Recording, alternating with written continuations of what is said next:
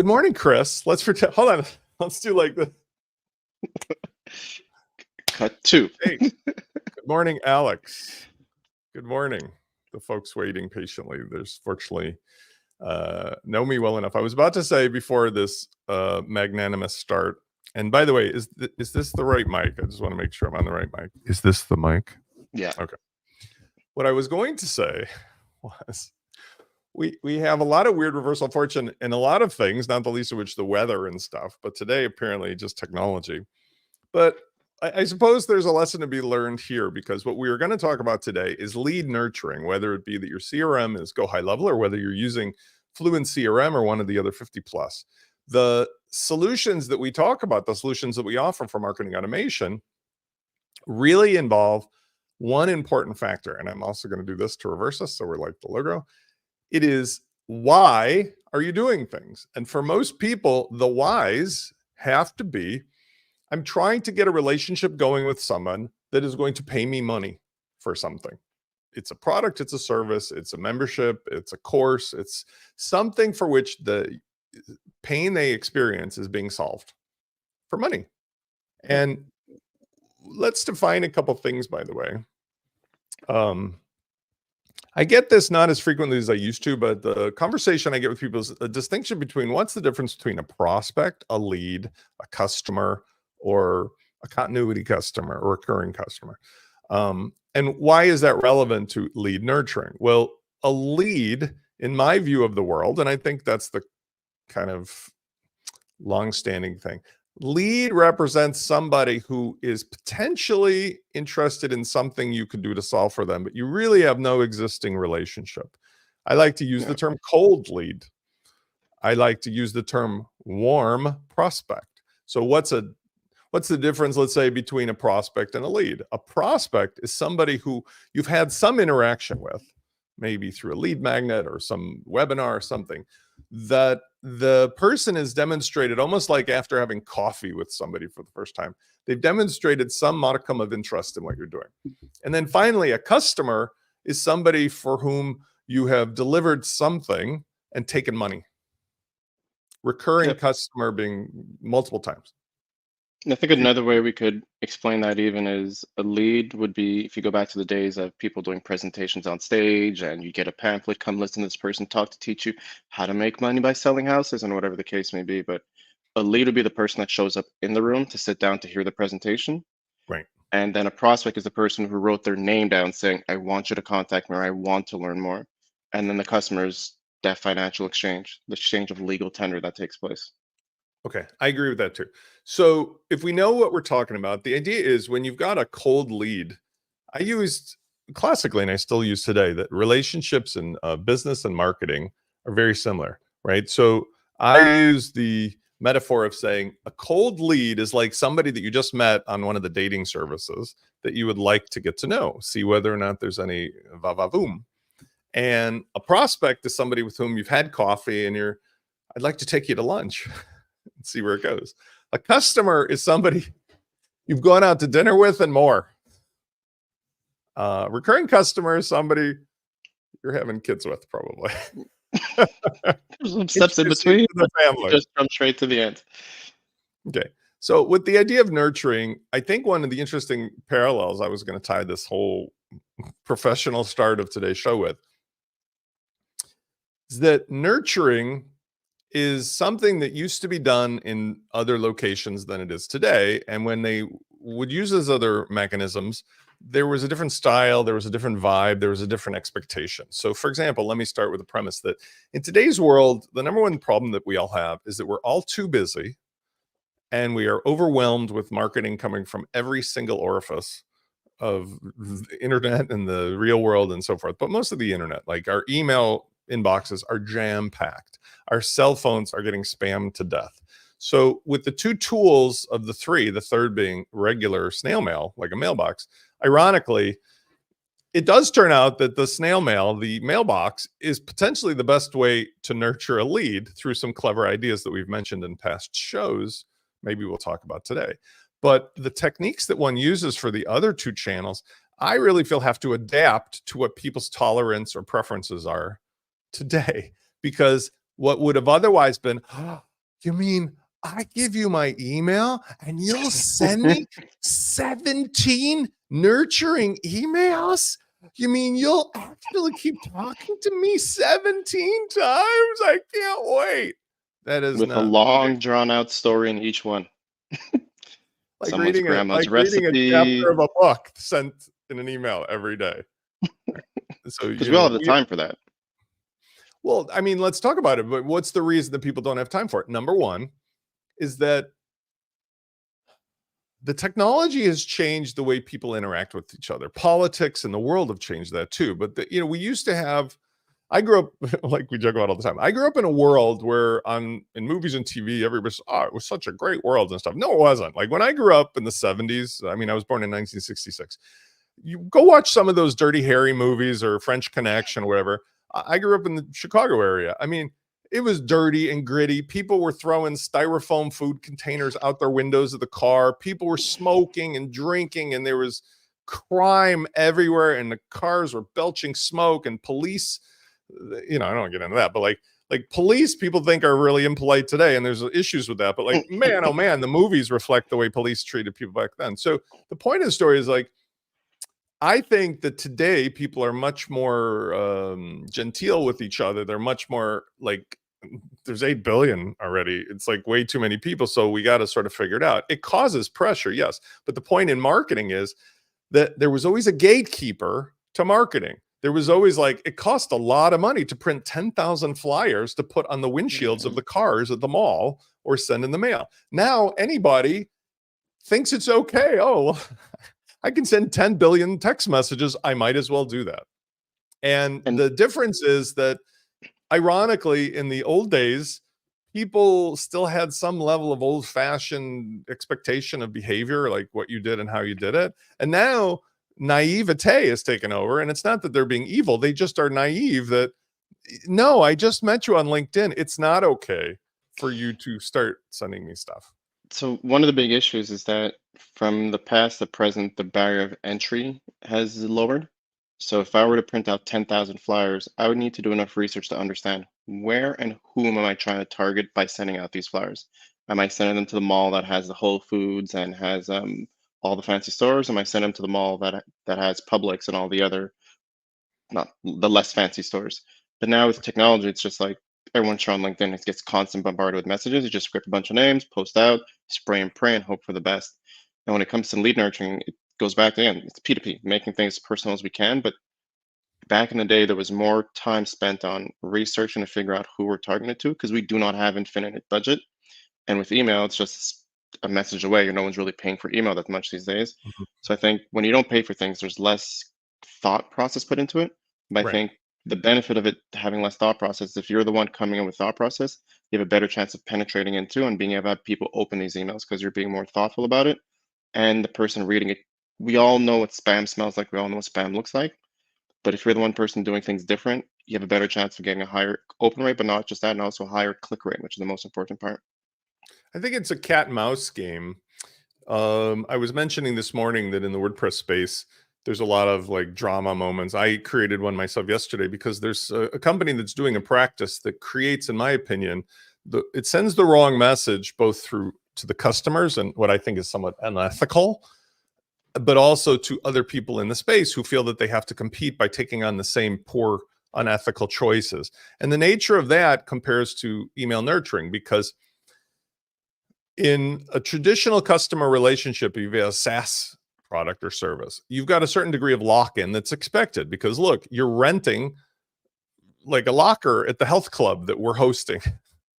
It's clear in a SaaS company that's going on. So in this other world of WordPress, when we're giving out the code, there are companies, especially a couple big ones, that feel that it's in their best interest to, I would suggest, mislead the need for a license key, mislead the customer as to what they're actually buying. If they were clear about it, it would be different, but they give the impression that somebody is paying money to buy a piece of software that is able to run on their site forever. But in fact, the software recently has been modified so that without perpetually renewing your subscription, it just simply stops working. And there's lots of arguments about the rights and the wrongs, but from an ethical standpoint, I think we can apply it here to the like lead nurturing of emails. The purpose of the why of the nurturing was, like I suggested, in my mind, it's to build a relationship, a human relationship.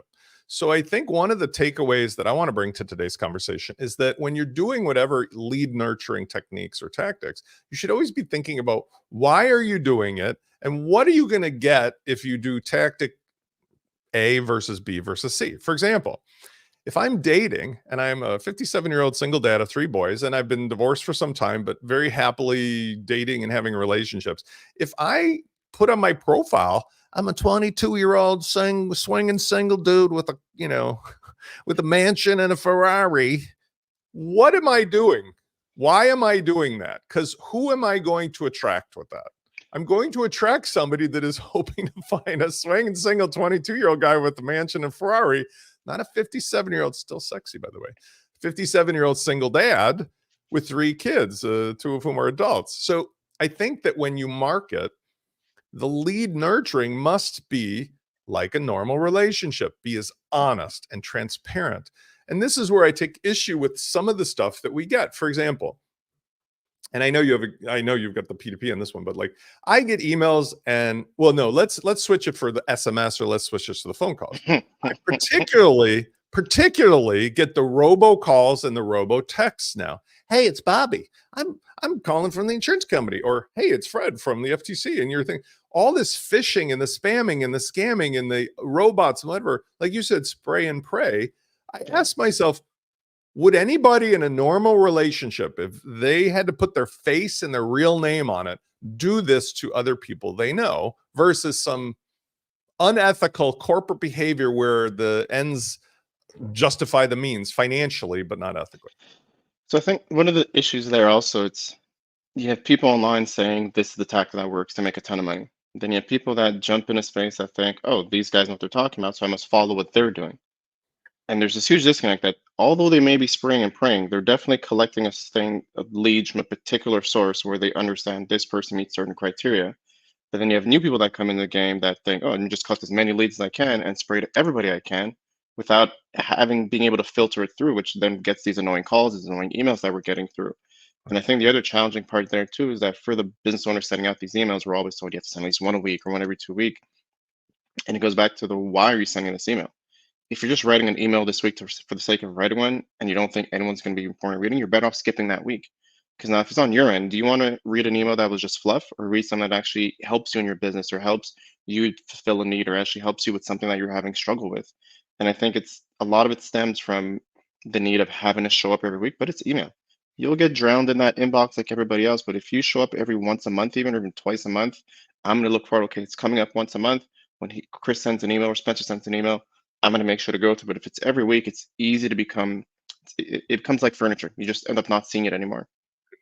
I mean, let's take that concept and because we're talking about lead nurturing here, right? Let's take this concept and apply it to the difference between the old days, not just the motive and the why and the what you're gonna like. Being genuine and honest and in a relationship sense truthful is one part of it. The second part of it is the nature of where the content lies. There was that time when people were thrilled. I have an email. You've got mail, right? I mean, legitimately, that was a thing. I would argue tactic 2, because we provide you through the launch kit or otherwise, you've got a CRM to manage where somebody's at. You know what they've seen or clicked or bought or done. And you can do this through email or through giving them the deliverable, the content that's informational, the nurturing educational training. Hey, guess what? We've got a health club. You're a member of it. Just come on over, even if it's free. Like, come on over to the website when you want, because that means that the message I'm sending you, the actual email itself, looks more like a text message to a friend. Hey, want to meet me at lunch? I'll see you over at, Kincaid's or something like that. That is the kind of message that is far more effective. Why? Well, visually, when somebody opens, if they do, well, first of all, the headline, but like the headline should be indicative of somebody talking to a friend. I know that it's true that if you put emojicons and fire and flames and all kinds of weird stuff in the title, that you might get more attention. But like, if you're just, I oftentimes will be like, as little words as possible, and I'll say Spence, which is Spence. They look at it, and inside the email, what I try to do is, with the exception of either a logo, like just at the top, or my picture at the top, the rest should just look like a text message or a very short email, like old school, typed on a typewriter. Because when you start to put in like a wall of information and lists and bullet points and data, the eyes glaze over and people just lose interest. Whereas if you say, hey, we're having a meeting at the golf club, at the membership place, 10 o'clock Friday, that's the reason you built it in the first place. That's how you nurture somebody today. You nurture them at your website with the tools, because we have the tools in the website now to talk to your CRM that says, look, Spence showed up and he pressed the button and he voted and he did this and he did that, all in the health club over at the golf course. And that's better than trying to do it in an email. And that ties into the next thing as well, is that we're sending them, the whole goal is the emails to send them back to your site with traffic. And the benefit there is that open rates, not as important these days, since iPhone and Apple has this thing where all emails get open. But what you want to get is click rate, and the higher click rates will click the links in your emails. And the way that helps out is you're crafting these emails that are short, bite-sized, sending them to your site. You can then track the users. Who are the people who open the past 25 emails and click the past 25 links? Then they become your people in your list that are the most engaged people. So it helps you figure out who are the most engaged people on your list, either give them a special product in the future as a way to engage them, or even reach out to them and ask them what their story is. And you could potentially, if you have a podcast or if you have some sort of part on your site, you could share their story of what they're doing on your site as well. So it's, as much as we all think of, we got to put this whole long story, but the whole goal is to get them back to the site, just so you can start tracking, understanding what's going on, and separate who are the people that are really engaged and who are those that are just skimming and reading on your list. I mean, the interesting thing to me is that we also have an abundance now of email clients. And I think most of us have understood over the last couple of years how to do HTML5 compatible emails. But you really actually put yourself in a better position for nurturing when you get somebody over to the website, because the website's absolutely, even if you use one of the three major browsers, Chrome, Safari, Edge, whatever else they might be. I may be missing something. But the idea is all of those are 100% going to display the way that you expect them to, the content and otherwise. With the email clients, there are hundreds and hundreds and hundreds of possibilities, not the least of which somebody might be on like Microsoft 365, or they might be on Office, or some nonsense where their company is filtering out your images. And then what you end up doing is not nurturing. You end up sending what looks like a cryptic World War II coded message, which doesn't help anyway. If you send just a text email and so forth. So takeaway 2, deliver somebody to the place where you can track them, which is the website, instead of trying to nurturing them through an endless series of emails. Number 3, I think the nature of the nurturing, oh, I like how that sounds. The nature of the nurture. It should be in the format that does not play games with people with drip content. Now, I'm bringing this in as a wild card, but there was also a very, very long trend, a popular trend, and it still exists, I don't know why, of I'm going to tell you the stuff. I'm going to tell you a story, Chris. And this week, I'm going to tell you up to the end of chapter 1, and then you're going to have to come back next week for chapter 2. And I think that is the most ridiculous thing in a world where everybody knows there's Netflix and Hulu and Disney Plus and Prime Video and so on and so forth, where everybody can binge watch every single episode of The Sopranos and Friends and Breaking Bad and whatever, because the rest of the world has already come to the point of, I want it now. I'm happy to pay you. I want it now. The thing about that makes me laugh is people still do it, yeah, but the way it's explained to you is that you're going to create this drip sequence, 5, 6 email campaign, and the whole goal is during email 1, 2, 3, and 5, they're going to open it and read it. So you mean to tell me that no one that may have made sense in the early 2000s, early 2010s, but no one's today is waiting for an email to come like, I can't wait to hear the rest of the story. Says nobody in 2024. And Right. what happens, what I notice a lot in marketing and many other things is there's information that worked 5, 6 years ago that are still being pushed down as gospel that aren't adapting to the world that we're in today. Right. You know, Jeff Walker is still around in his lovely cabin in Colorado, and he's still pushing successfully his product formula launch, or product launch formula, which was an amazing thing. I think it's going on 15 years old already. I'm not saying that doesn't work, but I'm saying is I grew up in the world of Ron Popeil, and I've lived through many, many, many other successful marketers, Billy Mays, and you could argue Tony Robbins and so forth, but Russell Brunson now recently. But what you see is a consistency in marketing. What you see is a difference in the tactics in the delivery, because like the awe inspiration that came from opening that box that the postal service delivered after waiting a month and then handing the UPS driver a check, those days are over. I can get on this morning, which by the way, I love the world we're in. I can get on this morning and there's 4,000 different things that I can satisfy my curiosity with instantaneously. And so we're no longer living in the gatekeeper world. We're no longer living in the you must wait till it gets to you world. Like, we're going to ship this overseas on a boat. You know, I can get stuff from China like in 2 days. So instant gratification means that you really are doing yourself a disservice for those people who are in the mood to buy, to go from being a cold lead to a warm prospector to a customer immediately right now. You are doing yourself a disservice if you pretend that you can't give them the stuff, because it's coming. It's coming. Second of all, in that, you're complicating your life exponentially. For example, when I'm teaching marketing automation, when we're doing this with either GoHighLevel as a CRM or WP Fusion, I'm doing automation funnels that are literally 3 steps now instead of 17 steps. The 3 steps are something triggers the person to be in the automation, right? They either bought something, gave an email, were added to a list, got a tag. The next step, maybe there's a wait. Okay, so maybe I'll add a wait a day. The next step is give them the stuff. And the only thing left is a conditional, maybe it's a goal or, you know, benchmark. Did they buy the stuff? And the reason is because if you simplify the entire process, just in, let's say, in homage to what's available to them, there will be those people who will say yes at the moment and those people who don't. Those people who don't, we still know whether they got the tag. I'll send them something else compelling, but I don't make it conditional on like divvying it up into pieces, because I have to teach them or train them. If they're curious, they'll ask ChatGPT about what I'm talking about, or they'll look on my website, or they'll search Google or my social thing where I've got 9,000 videos on this. I don't need to teach them in the nurturing process. And like one of the ways that I think helps bring this across of how ridiculous that is, making that person wait to get the product, is if I'm handing out flyers saying we got espresso machines on sale, 75% off, and then you show up and I say, oh, you got to wait a day before I hand it to you. So just hang out here for a bit. Let me tell you about how great the coffee espresso machine, the espresso 7000 machine is, and then you could buy the product.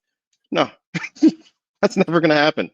Why do that in the digital world? I mean, I'm going to tie something in. This isn't fair to boomers, but I can't resist. My parents are boomers, and they exhibit, even though I love them to death, the typical boomer behavior. I'm a Gen Xer. The boomer behavior is that the world they live in, they have negative 1,000 patience for anybody else other than themselves. They think everybody else, especially the younger generations, are all just selfish and impatient and And in the reality, it's the opposite. It's because they grew up getting everything. Now, I'm not on a rant on boomers, but here's the point. There's an infinite array of videos. If you go to Reddit, there's a sub thread on this of boomers gone wild or something like that. And half of the videos are boomers going to a store, call it a Whole Foods, call it a whatever, even a Trader Joe's. And, you know, they've got checkout lines and they use credit card machines, and there's a person there, but there's also self-service. And the boomers come in, they all want to use cash and they don't want to wait in line. So half of the videos are boomers going, here's my $42.12 and putting it on the counter. I'm leaving now out of the store. Not even like checking out. Just, I gave you the money. I'm leaving now. And the point is that there's behavior, there's like expectations, there's weird stuff all around. But essentially, if you're going to deal with customers, why not just give it to them so they can get it, give you the money, and be out of there? Because otherwise you're torturing some people that I feel like would otherwise be happy to hand over their money. Here's my money. Just let me out of here.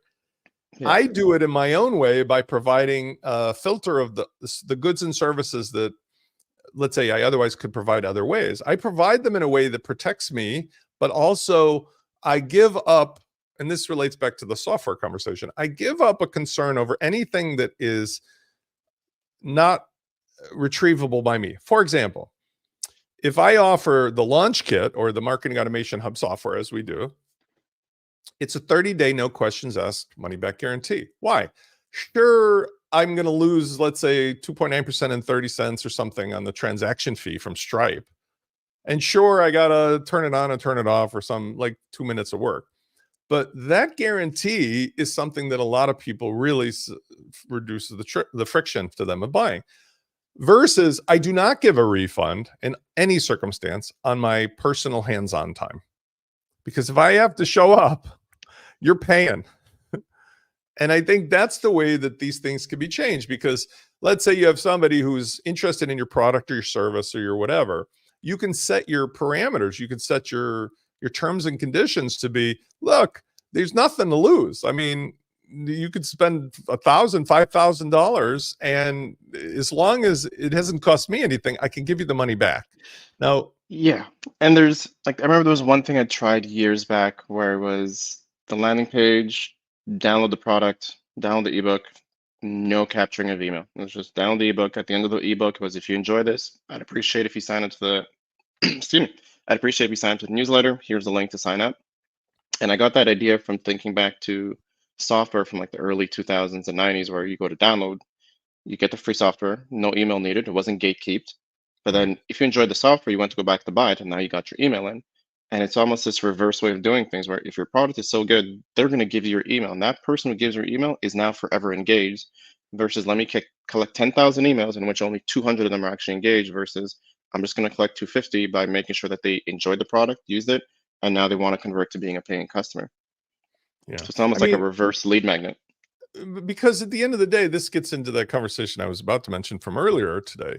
What I'm arguing for the software in the WordPress space is the code itself. We all know people can modify and change. If you're going to make a policy that you're only going to get used to the software while you're paying me, then just be clear about that up front. Set the expectation accordingly, and then people aren't surprised. Don't do it by trickery or by words that are trying to scare people into something when their expectation from that environment is that, look, I bought the plugin, I own the plugin. Like, why?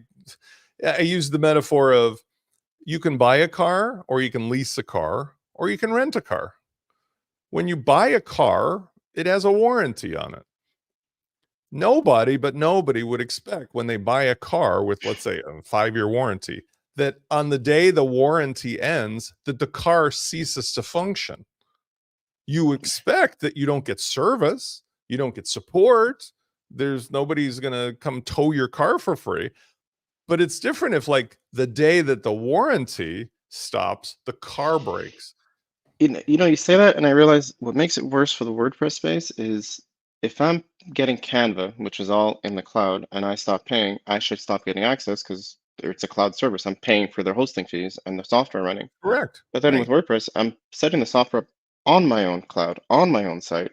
Exactly. Your work is done. I'm not coming back to you for, like, I'm not using your host for anything else. So why should I keep paying? A perfect metaphor, right? So there are SaaS companies that we love, like Canva. It's very clear that's a rental or a lease. I am only going to be getting access to your platform when I'm paying money to get into, the country club. The expectation of WordPress is, and always has been, you are downloading software, some of it's free. If you pay for it, that the software should operate regardless of whether you're giving me the two things that I really am paying for: automatic updates from you, support from you. Again, like, I bought it aligns a little bit with like the whole Louis Rossmann and the right to repair issue, right? There are literally tons of electronic devices, not the least of which Apple, but cars, tractors from John Deere, where they have Tesla, for F's sake. You buy the car and then they brick it remotely after you bought it. That's essentially what's happening here. Now, the argument can be made, and I support this because this is a nurturing thing. when you're selling your product, your service, your software, whatever it may be, as long as you're clear about it and you're not deceitful when you put warning messages up after the fact, changing what it is you delivered, then you are nurturing somebody in a way that will lead to a good outcome. Because, for example, when I've had unhappy customers in the past, there's lots of ways to make somebody happy if you're consistent and you're true in your messaging. If you are deceitful, or if you are saying one thing that isn't really true to scare somebody, then it will come back to you. And more importantly, it will come back to in my case with WordPress, it comes back to the industry. I mean, I'm more speaking in this context of the industry, WordPress. People get upset with WordPress. They think it's a piece of, you know what, because one or two big companies do these black hat tactics that make everybody think, oh, I'm never going to do that again. Like, I got locked into it's like the voice jail or the spam robocalls. But for WordPress, like, it says my children are going to be put into a van and taken somewhere if I don't pay for this license to keep giving to this company. Like, when I look at it, a lot of those tactics are based off of fear, which is weird because, like, you're the biggest name in the space. What are you fearful of? Like, it's anybody coming in will eventually know of your name if they need your product or service. And we all know of this one small restaurant in our neighborhood or in our major city that has always a lineup but does no marketing. It's like they're not worried about making money because if your product and your quality is good and people are using it, people that enjoy it will talk about it and refer out. So to kind of strong arm people into like, you got to stay here, it's like you seem desperate at that point. Just, it's like if you're dating, if you're a good catch, you're a good catch. There's not much you need to do to rope someone in and lock them in. Long gone are the days of shotgun weddings. I think more importantly, it's a competitive advantage thing. So, for example, we could use the David and Goliath metaphor, but let's just talk about it in terms of, we've seen viral campaigns from all kinds of people, celebrities and individuals, that blow large corporations out of the water. Why? Movies too. Because the individual, the entrepreneur, the hustler, the person who is on the ground with their face being shown cares what people think of them, cares about being true to the human part of the equation. And this is what's so sad to me, is that when it comes to larger companies, the ones that are, sorry for my switch up, I'm getting better, but I have to keep switching. When it comes to the companies that are doing the robocalling or the spam emails for nurturing, allegedly, or who are doing the things like I'm talking about in the WordPress space with their products, that's not a nurturing, but it's still part of the process, because their nurturing makes people also sometimes believe that they need all these other, not necessarily the best products for them products. Is that there's a person or persons there who have lost their way because they're not personally being held accountable to the relationship. It's the same problem with social networking. There was a time, that's why I was referring back to it was dirty and grimy and everything else, but everybody knew your neighbor by name a little bit, and you were always held accountable because they could come for you. You couldn't hide digitally. We live in a world where these companies are trying to please either their bottom line dollar or the shareholders, and they'll do tactics because nobody ever has to show their face and say that in most cases that was my idea. And the persons who do, sometimes they're guiltless. They're like, well, I don't care, because all I care about is, look, the cash register's ringing. And no, it's all based on numbers. It's like, okay, how big did your list grow? How many people are opening? It's all this thing about pushing numbers without actually helping the person who's coming to the first place. Because you hire some new age marketing, like, okay, your job's to get us more followers, they'll do whatever it takes. Your job's to get us more stock people on our list, they'll do whatever it takes to be on the list, even though it's not quality leads. And it's this thing where it's quality versus quantity. What's more important? And more people are going for quantity because it's lower hanging fruit. It saves their job. And it's like politicians. Whew, I'm in for another 4 years. Perfect. Let me just kind of relax. And then next time we try to make my case, and then I'm safe for another 4 years, but nothing actually changes or gets better. I mean, let's talk about that quality versus quantity you just mentioned. Let's reframe it a little for the fifth takeaway for today, which is when we started with why. Okay, let's bring it down to, what is the legacy of what you're doing? It has been my life experience that my grandfather taught me this. I know it sounds like, cue the violins, folks. My grandfather lived to be 92, and he was a very, very well-liked family lawyer, a local lawyer. And he did a lot of community stuff. And I'll tell you a little story about this. My grandfather's name was Max. But when I was starting to do real estate development, and I was an attorney, I am an attorney, but like, that's not the point. I was doing real estate development. I was buying properties before this whole thing blew up. This was in the early 90s. And then I did it for Robert Kiyosaki? I was here before Robert Kiyosaki, believe it or not. I mean, my first property I bought was in 1988. But the point is, in the early 90s, before gentrification, before all the big real estate boom, my grandfather always was a mentor to me, because like the concept is this: we live in a world where everybody will know everything about you, no matter what you try to do to hide from it. I mean, it used to be hard to find out. Now, I mean, I just heard about like Kate, turns out she has cancer. That's why she's been offline, right? Like nobody's going to hide from anything. And yet, my grandfather explained to me, you come into this world with your name and your reputation intact, and the only job you have is to leave with it as good as you got it or better. And given that the world is not going to let you escape from it, when it comes to nurturing, to attracting these people into what should be a relationship, it really boggles my mind that somebody who's so brilliant to build $100 million company, like some of these people I'm referring to in WordPress and in the outside world, is so short-sighted that they don't see that they are effectively building a legacy of them being the opposite of that. And I'm not pointing the finger specifically at one person, but that person is well known. There's a couple others who are just more like founded by a person, but now the company is doing things. Outside WordPress, you can look at a company like GoDaddy. Like Bob Parsons was a genius, not a very nice human being to some people because he killed elephants and stuff. But as far as a marketer, genius. But that company I still use begrudgingly because they use so many black hat tactics and so many nefarious like tricks. But their product I use begrudgingly sometimes. All right, to the point. When you're nurturing, the story that I say with the real estate thing was like when I was doing one of my very first deals, it turned out that the markets had started to recognize like the value of renovating properties. And so there was one property that was just such an outstanding steal that there was maybe like 25 people trying to buy it. So the real estate agent had everybody meet at some Hapkido gym that the owner's son owned. And we were just like sitting along the wall, like interviewing for getting a role in a play at a producer's office, God forbid. Everybody went in, and when I went in, the person essentially said, "Oh, you're Spencer Foreman. Are you related to Max Foreman?" And I said, "Yeah, that's my grandfather."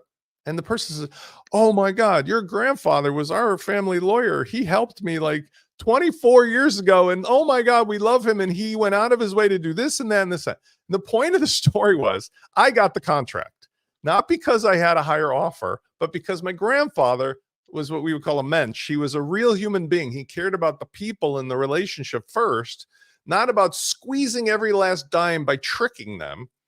And so for those of you who are thinking as an entrepreneur or a solopreneur creator, or maybe you're a bigger company that has a lot of products, you will be known, you will be found, your reputation will precede you.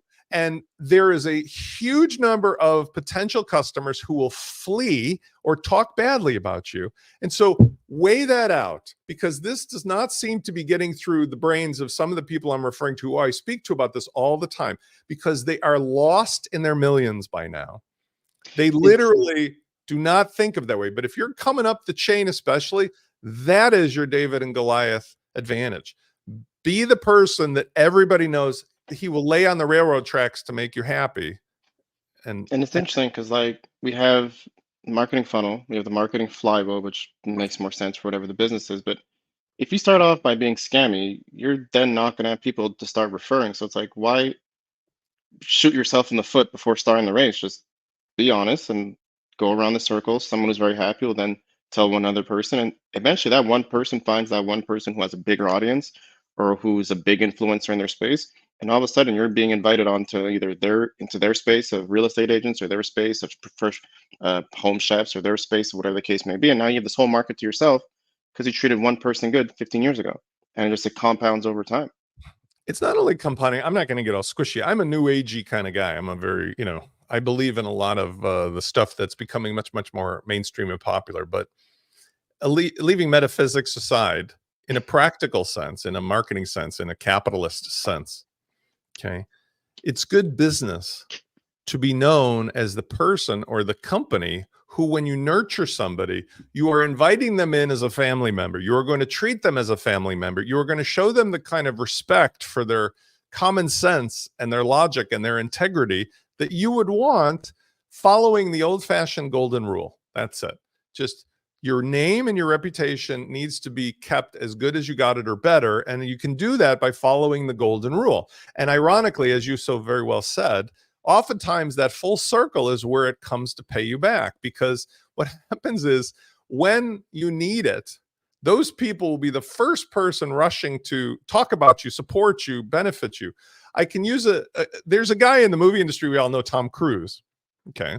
And Robert Downey Jr. has a similar story. Tom Cruise had a lot of personal drama in his marital life and his, the Scientology stuff, but is a movie actor, a guy my age, by the way. I've loved how far and how long he's lasted compared to everybody else. And Robert Downey Jr., I feel the same way about, especially with all his troubles. But here's the takeaway.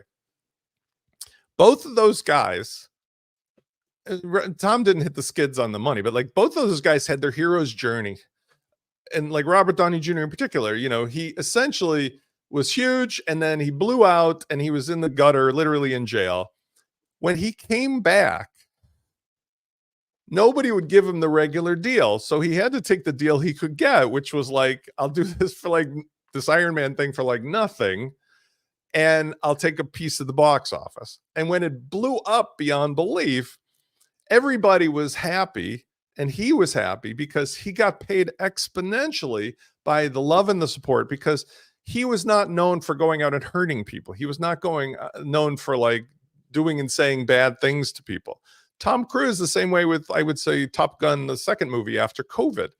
The movie industry was in the shitters. Nobody's going to theaters. You can't leave your house. And he wants to make this movie. I think it was like 3.5, 4 years waiting for it. Yeah. When it finally came out, the studio's like, oh, $35 million. That's like a lot of money, Tom. Like, nobody's going to the theater. He's like, all right, I'll take like blankety blank percentage of the box. He could put up his own money. It was like $1 billion movie. Through the roof. So the full circle happens in lots of ways. But like, okay, you're the company that today sticks a knife in people's backs and treats them like morons, versus the little guy or, the company that has to fight for it and treats people with respect. Guess what? The karmic wheels continue to turn and things change very quickly. I want to bring up one thing too, because the competitive advantage. So let's say you're lead nurturing and you're inviting people into a relationship and you treat them like family. You can turn on a dime and people will be okay with it. And I want to say this because there's also a competitive advantage in Achilles heel part. For example, WordPress for a while had this very, it still exists, but this trending thing of lifetime sales, right? So you buy a plugin, not for a year or whatever, you buy it for lifetime. And it tended to be like people would do it as a trophy. They would just like buy it, never use it, but like, this is going to be like an NFT. It's going to be really valuable. But the point of the story was, if you had customers that prior to your lifetime deal were paying you $97 a month or whatever a month, and then you offer something that's a lifetime deal, that's a fraction of the money they've been paying you, you have to give those customers that previously existed the same deal or better is a conversion. Now, I did that with my own launch flows where I had several hundred people who were paying me monthly. And I just said, like Oprah, and you get a lifetime and you get a lifetime and you all get lifetime. Cost me tens of thousands of dollars theoretically out of pocket. I did it without asking because people were pleasantly surprised. And I had always promised, no matter what I do, the price will go up or whatever happens, you will get the best deal always.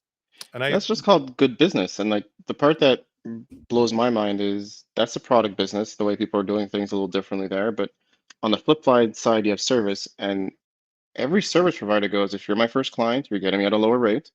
The next subsequent client comes in, gets it at a higher rate. And then there's a point where you come back to that first one. Okay, I'm charging you $50 an hour. My rate's now 120. I'm going to move you to 75.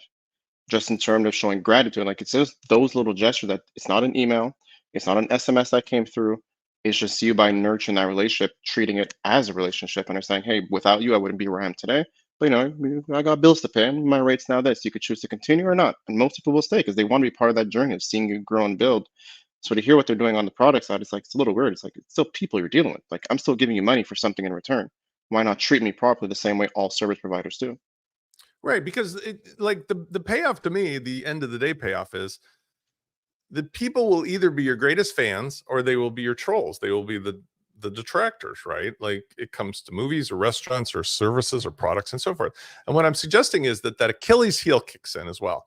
So for example, in the same situation as I was having, there's other companies, including this one I'm alluding to, that have situations where they change the pricing, they change the deal, they change the product. You thought you were buying a car, you were really leasing from us and you didn't know it. Or you thought you bought the product that was blankety blank and we all of a sudden decided to change it. And now you're getting these warning messages that your children are in danger because you're not giving us money. The problem with doing that is that when you build a relationship based upon, look, Chris, we get together on Saturdays, we do a show, we have fun, we teach people, and that's it. You did not promise me that you're gonna like fly me out first class to your place to, you know, get a foot massage and stuff. I wish it was true, but the point is, you can't change the relationship on people without paying a cost. And being upfront about it really does you a favor, because it's one thing to say to somebody, look, I may decide to change the price, and if I do, you can decide to go with me, but I'll never do less than what I promised you before. It's another thing to say, you bought one thing and you change it. Here's an example outside of WordPress that's Achilles heel, but it also applies to the WordPress thing. Prime Video. I have Prime because I have Amazon. I can't live without Amazon. I've given into it. But Prime Video's promise was and is that you paid money for the video service. You get ad-free videos and all the content. Somehow some jackass decided, even though they're making $1 jillion, that they have to now charge more money and change the relationship and say, we're now going to put ads in all of your shit unless you pay more money. And I feel a little bit like that's extortion. In this case of this WordPress situation, that's GPL software. The code that they're using is open source. They can't really legally obfuscate it. They can do what they want with these other bad behaviors, which ethically or FTC wise is maybe the only downside to them.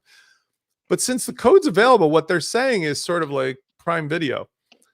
We know we're going to do this for our own selfish reasons, but we really haven't thought through what's the Achilles heel to us. The Achilles heel is, in the software business, some person, not necessarily me, because I got bigger fish to fry, is going to take their code, remove the DRM part, and they're going to give out all of their code for free to everybody. DRM free, because they can.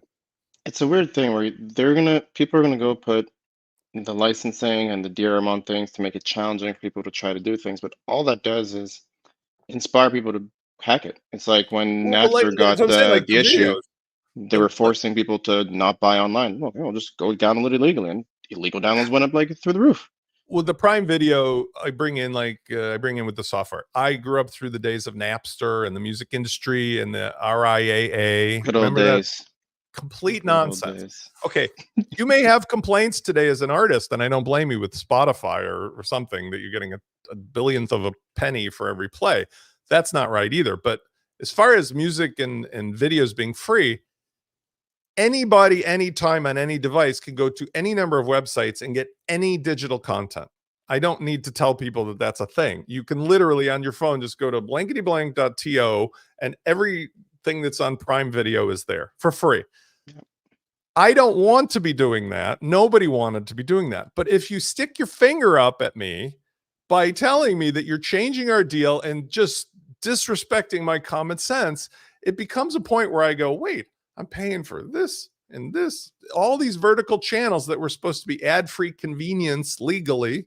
I'm happy to pay you up to a point. You're telling me, go F yourself. And I go over to those websites and I'm done with all of you guys. And for this company that thinks it's okay to do this other stuff, it's not my fish to fry, but there are people incentivized in WordPress who will be like, okay, well, what you're saying is we can do what we want. So we're going to take all of your stuff and we're going to give it away. And we'll support it and we'll do whatever. And not to spite you, but rather because of the fact you're disrespecting the community, the environment. You're making it that everybody is suffering now. Peter says each relationship has its own growth rate. Some are glacially slow, others are quick. We must allow our leads to grow. Well, that's a good point too, because like in any, let's go back to like the person part of this. I've been a Prime member forever. I have all these other things forever, but I'm still pretty bright up here. I remember the days of where you had to go to a record store to buy an album, or you had to go to a Blockbuster to rent a VHS tape, or then a DVD and a red box. I remember all the aggravation. Remember, I'm classic of how hard it was to get stuff. Well, I know now that there's an infinite number of ways to get your stuff you're trying to sell me some other way. If you don't make it easy for me to get it from you, if you don't show me through your nurturing that you're the source that I should say yes to, then I'm going to take the inspiration of what your pain solution is, and I'm going to find it from somebody who will give it to me another way. And you're saying this, and the one company who's figured this out ages ago and has done it flawlessly is Microsoft. If people don't know the story, is Bill Gates was fully aware people were pirating Microsoft. So he's like, I'd rather just give it for free, let people fork it and do their own thing. He's like, the end goal is that they're using my product. That's the most important part, because down the line, I can nurture them to upsell them to anything else. Right. And that's what I'm looking at for some of these companies we're talking about, is they're not thinking of the long term. And it's like, I think Peter just mentioned, people move at different pace. The person who's going to move fast to onboard and buy your product and service isn't move quick, but that one person who needed a year and a half could then be bringing you 30 other people, but you just got to let them come at their own pace and not force them into the place. Yeah, we did detour a little bit because I pulled us away on a topical basis from, the keeping leads engaged. I want to just add one comment to that, and maybe you have a thought on that, and then we'll wrap up the show today. Is that, keeping somebody engaged, much like Peter was alluding to, is like a relationship whereby you meet somebody and you get some good vibes. And as time goes on, you start to interact with the person and you realize the way that they really are, the way they're going to treat you, the way that they think. And that affects how much you have as a potential to keep them engaged, because there will be some people where you reach a point of knowing them that you're like, they do not have the same values as I do, the same viewpoint. They don't offer the things I need in a relationship. And we really are selling relationships. And so the sixth bonus takeaway is the most effective way to keep people engaged as your potential customers and then turn them into lifetime loyal customers is to demonstrate those things as quickly as possible and authentically as possible. And if you do the opposite, you are doing it at your peril, right? If you demonstrate that you are going to be deceitful or less than straightforward, and you're going to treat them with a lack of common sense and respect, you are asking for exactly what you deserve, which is them to say bye-bye. Okay. And three things I could share just for actions, for those that are action oriented and need some action steps, is one, depending on the software you're using, like if you're using GoHighLevel, you could track how many times somebody clicks and opens a message that you send them. So that gives you an idea of who's the most engaged in your list and who's really bought in on what you're selling. Two, to help keep them engaged, one of the easy things you could do is record a little video to them that's personal. Like, hey, Dave, thank you for checking up my emails. Just want to say I appreciate what you've been supporting my business for X number of years. And I just want to send you a nice little personal video saying, hope you have a great day and enjoy some sunshine. So that gets some person-to-person aspect going to it. And then the third thing you could also do is invite them to hop onto a Zoom call to ask them questions like, hey, how am I helping your business? Why do you keep buying from me? Like, what are the things that you're enjoying? And you can just use that almost as a customer research method, but also it's more just you being able to have a personal conversation with the person and see that person face to face, which nobody does because it's work, it's hard, it's effort. What was the name of that software that we both used that did that? I forgot. I have the first one was Bonjoro, Bonjoro. That allows you to send the emails there was automatically. Another one called like Hey You or something. I used it over at Marketing Automation Lab. Yeah. But GoHighLevel has similar features. You could just upload a video and send to the person via email or SMS.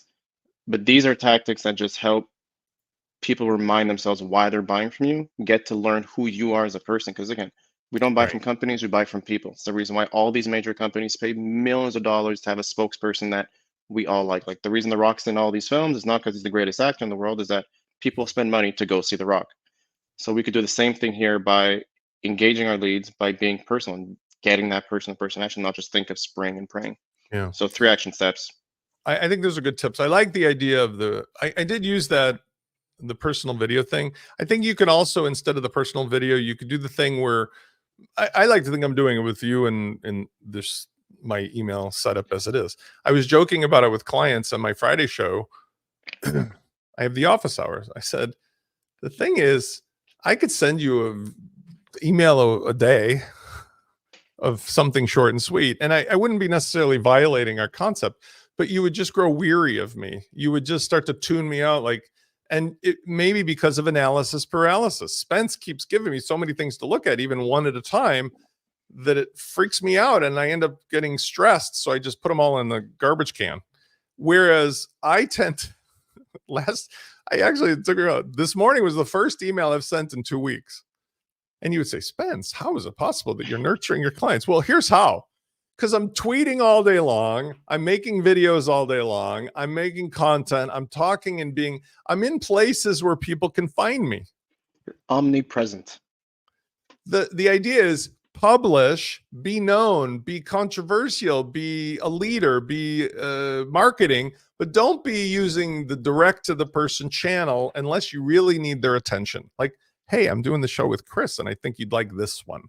And I think in doing that, you will get a better result. And at the same time, when you weave in these other rules, including the kind of conversation we just had about being ethical in your reputation. I mean, I do not delude myself for 1 second in thinking that Amazon Prime or this WordPress company and its founder are going to listen to a thing I say. But what I do feel I can change, especially in the WordPress space, is to offer an alternative to people, because I do have access and I do have influence enough through here that a movement starts with somebody speaking up, like the kid in the Emperor's New Clothes story.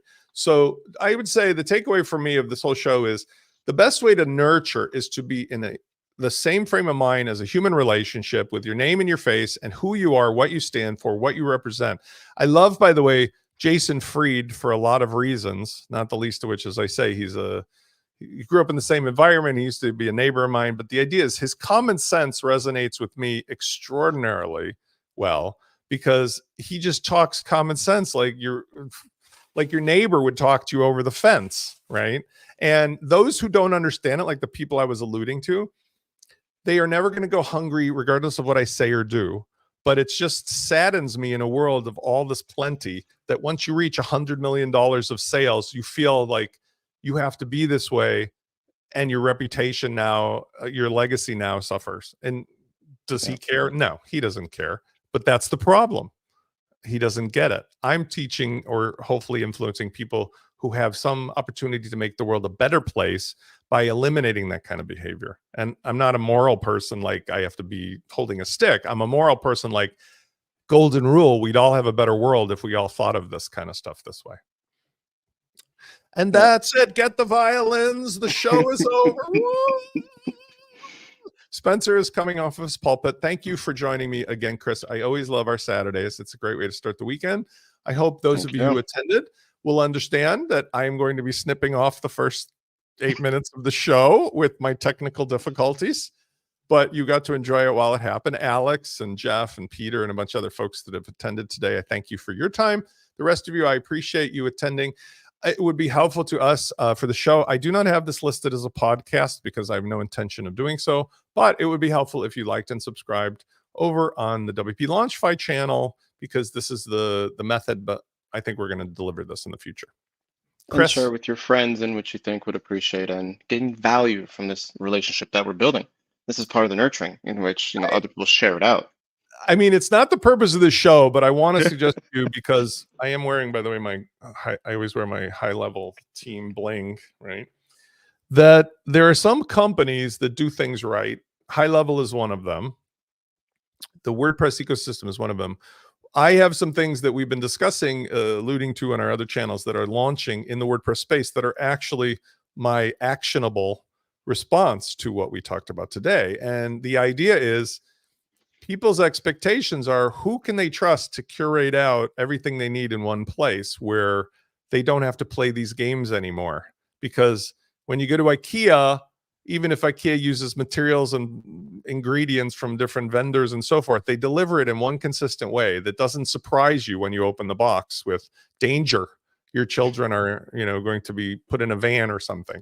So I think that's going to be the thing, publicly announcing any day now, that is a large scale way to do what's been proving out on a small scale for the last couple of months. And I'm very excited about it, because to me, it's a way to demonstrate through action how to be a better marketer, how to be a better intermediary or agency. We give you all the tools, all of the solutions, all of the things that connect your CRM with what you want to do for yourself or your clients. And you and I will talk more about that, right? Yeah. Okay, good. All right. Everybody, Enjoy have a good rest of your the day. weekend, everybody. We'll see you on the next show. Ciao. Bye.